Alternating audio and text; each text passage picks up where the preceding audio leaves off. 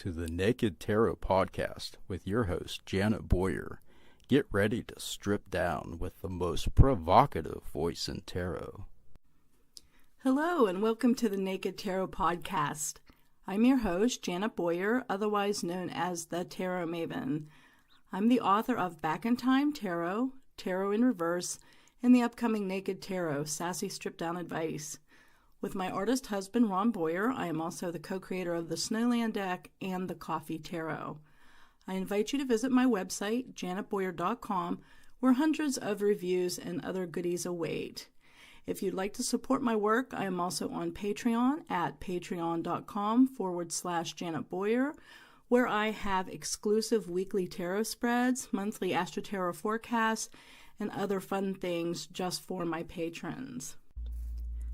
Today I'm going to be doing something different, my first podcast review. Some of you may know that I'm an Amazon Hall of Fame reviewer. There's only about 140 of us in the entire world. I have over 1,200 reviews to my name on Amazon and on my website, janetboyer.com, and over 200 some of those are tarot decks and oracle decks. And I've gotten away from that because I've just been so busy writing my own stuff. And I put so much work into every review that was really taking a lot of time because I made sure that I read the companion book. I put the deck through its paces to make sure it read well. And it took some time. And then when I started writing my own stuff and creating my own tarot decks, I just didn't have the time.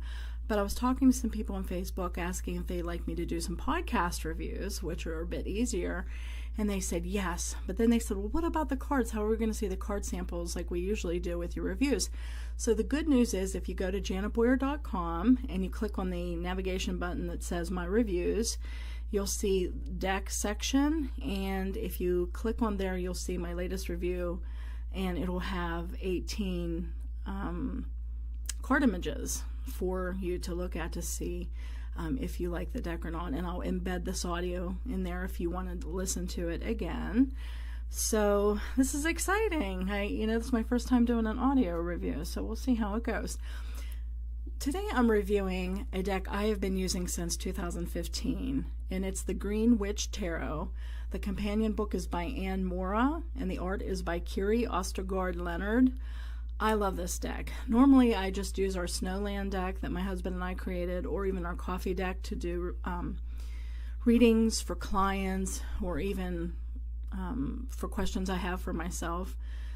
And the only other deck that I use besides ours now is the Green Witch Tarot. It is just so accurate, so empowering, and so lovely that I really wanted to review this deck.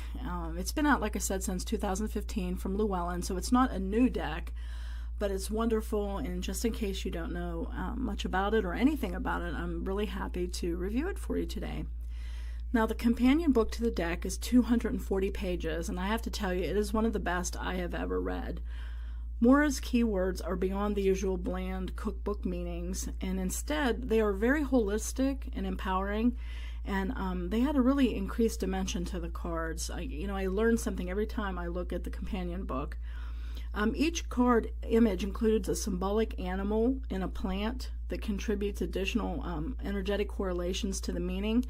And Mora explains their significance in the text. And I really love this aspect of the cards.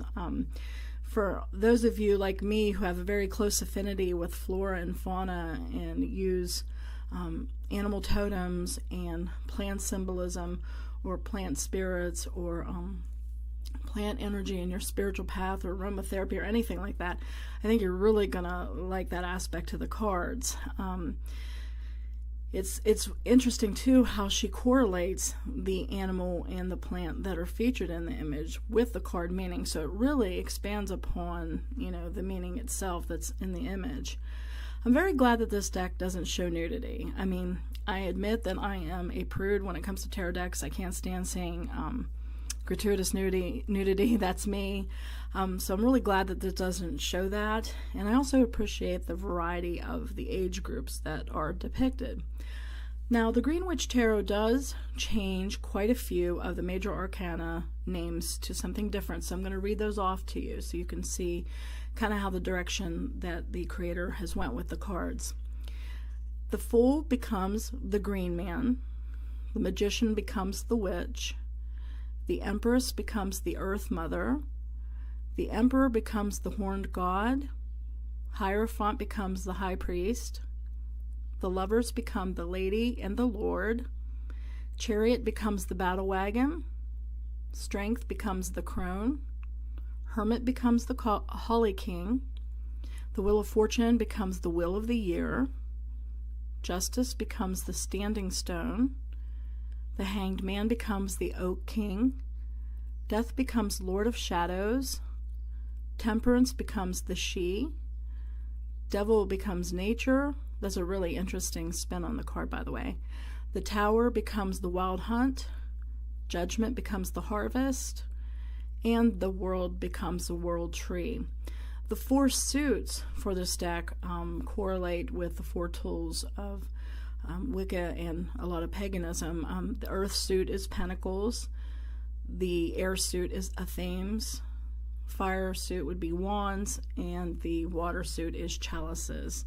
I really love the back to this card. It shows a weathered emerald green wooden door with a soft white pentacle that's surrounded by a wreath of entwined red roses, and it reminds me of Yule and Christmas. That's one of the reasons I really, really love this deck. It's not perfectly centered, the motif, so it's not 100% reversible if you read reverse cards, but it is close. So maybe if you cross your eyes while you're shuffling, you can kind of fool yourself into thinking that it's reversible. I'd like to read a little bit from the companion book because, well, not only is she such a great writer, but there's some aspects to it that I think will help you get a better feeling for the deck. Now, I'm going to read you the conclusion to the Green Witch Tarot companion book because I think it wonderfully captures Moira's spiritual orientation and her intent with the cards. So I'm going to go ahead and read that to you now. Reading the cards is a joyful experience that brings us into contact and communication with the energies of the universe and the divine spirit that permeates it. The tarot is a tool for guidance and shows the possibilities available the way the energies are aligned. The cards do not direct or predict, but show energy alignments and offer options or choices. The reader need not feel restricted to the listed definitions, for many different things may appear in the cards to the psychic eye. For the witch, the tarot reveals a hidden insight into any given situation, and it is up to the individual to determine how to utilize that knowledge. Spell casting, meditation, positive affirmations, focus, change of plans, or preparation are only some of the possible responses. The cards may help us deal wisely with an approaching energy, or be more understanding of a source of negativity, or be more able to cope with or take advantage of coming changes. When reading for others, it is important to keep the ego in check. This is not a time to show off or make sweeping statements that might alarm rather than assist a querent. Be kind to others and be prudent in your language and manner by considering other ways to pass along information without being blunt. Remember to be careful with your words in a reading, for the querent may hold on to them with much greater import than you felt or intended to convey. The tarot can be an early warning system, but it is always up to the individual to heed or disregard the information drawn from the cards. The cards show potentials, not absolutes. The images on the cards are meant to draw the reader in and to open the individual to more intuitive and channeled insights. The reader need not abide by the card descriptions offered in any book, but may rely instead on the psychic impressions received. It is not unusual for readers to start by using memorized card meanings or prompt words, only to find after time and with experience the cards become a familiar tool that opens the sight to other avenues. With practice, one's confidence grows, as does one's ability to see where the card points. In all things, one must remember and abide by the witch's rule of harm none, and allow the tarot to open new vistas in psychic development and spiritual growth. Love is the law, and love is the bond, so mote it be.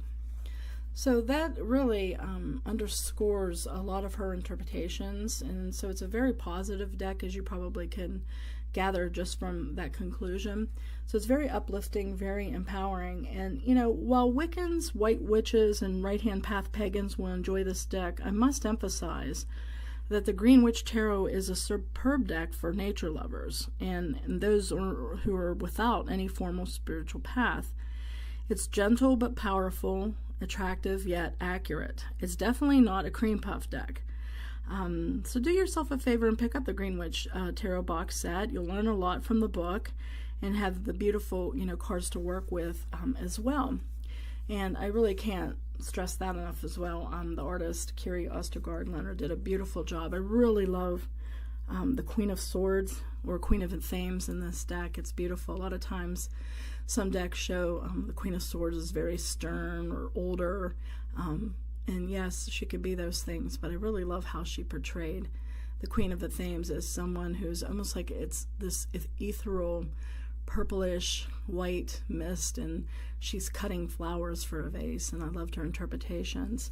And I'd also like to read one more chapter of this book to give you an idea of just the kind of depth and breadth she brings to each of the cards' meaning. One of my favorite cards is number 20, Harvest, which is the renaming of judgment. And also at the end of every chapter is a whole page of lines for notes, so you can take notes about your observations about an image or what the author says or what have you. So that's a nice aspect as well. So this is what she wrote about the Harvest card. This card symbolizes reaping rewards from what has been sown, bringing forth a rebirth and a sense of renewal.